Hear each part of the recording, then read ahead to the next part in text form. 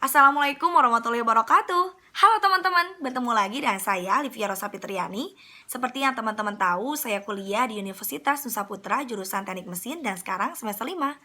Pada kesempatan kali ini, Olivia ingin sharing kembali sama teman-teman.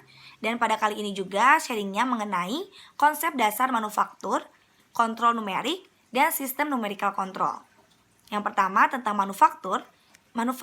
Manufacturing itu apa sih? Manufacturing itu adalah suatu kumpulan proses atau aktivitas yang dikorelasikan untuk menghasilkan produk. Nah, seperti kita merencanakan produk atau perancangan produk, pemilihan bahan, perencanaan pemrosesan, inspeksi, dan juga manajemen. Adapun proses manufaktur itu adalah suatu aktivitas yang merubah suatu bentuk pada produk dengan mesin, seperti mesin milling dan drilling dan mesin-mesin lainnya. Selanjutnya, apa sih pemicu dan pengembangan pada proses manufaktur modern ini? Yaitu ada penemuan dan pengembangan terhadap mesin, di mana mampu merubah daya dan dapat menggantikan tenaga manusia, seperti mesin air, roda air, dan motor listrik. Nah, disusul lagi dengan penemuan dan pengembangan bahan dan material pada besi dan juga non-besi yang membuat manusia masuk ke dalam dunia teknologi. Apalagi dengan pengembangan yang dilakukan manusia terhadap mekanis, listrik, elektronika, dan komputer yang memudahkan manusia untuk mengendalikan proses permesinan ini. Yang selanjutnya ada manufaktur ekonomis. Manufaktur ekonomis ini bertujuan untuk membuat produk sedemikian rupa lalu agar mendapatkan keuntungan.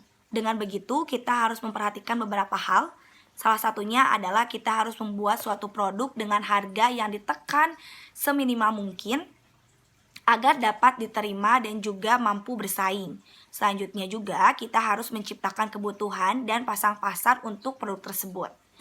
Selanjutnya, apa sih proses perancangan dari manufaktur tersendiri?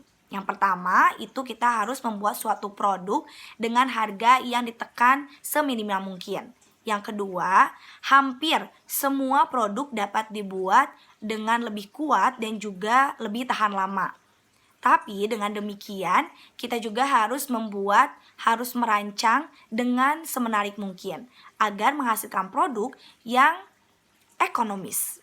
Yang ketiga, kita bisa saja membuat suatu produk dengan bahan yang lebih murah dengan jumlah yang banyak untuk menggantikan suatu produk atau bahan yang lebih kuat tetapi lebih mahal. Yang keempat, perancangan produk tidak harus dilakukan melebihi persyaratan pemakaiannya. Yang kelima, kebanyakan orang itu melihat produk berdasarkan fungsi, cara operasi, dan juga penampilannya. Nah, sekarang kita memasuki ke kontrol numerik atau numerical control.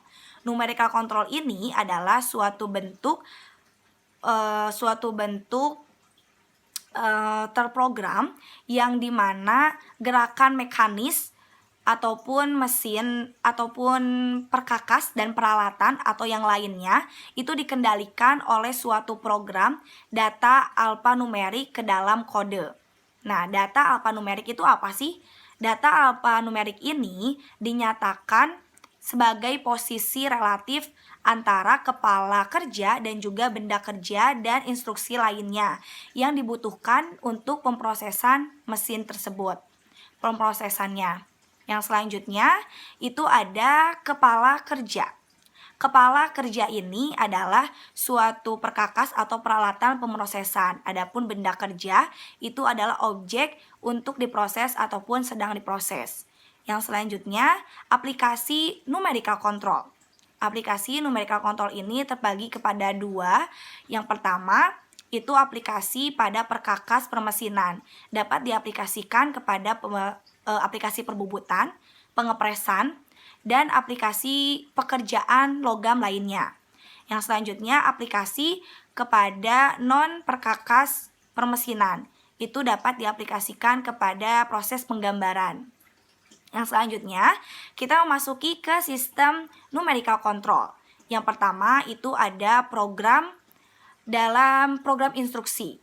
Program instruksi ini berfungsi untuk memposisikan peralatan terhadap posisi benda kerja.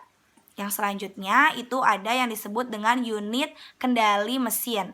Nah, dalam teknologi numerical control mesin ini, MCU terdiri dari mikrokomputer dan juga piranti keras kendali, di mana itu dapat menyimpan suatu program instruksi dan dapat melaksanakannya dengan mengkonferensikan suatu perintah yang ke dalam aktivitas mekanis peralatan pemrosesan.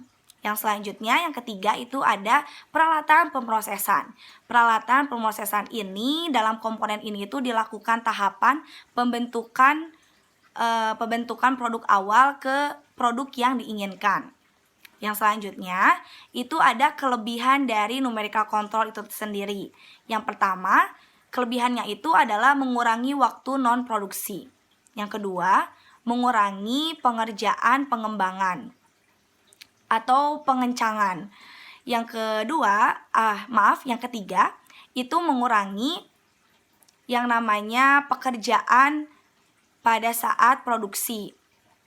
Yang keempat, fleksibilitas manufaktur itu lebih besar.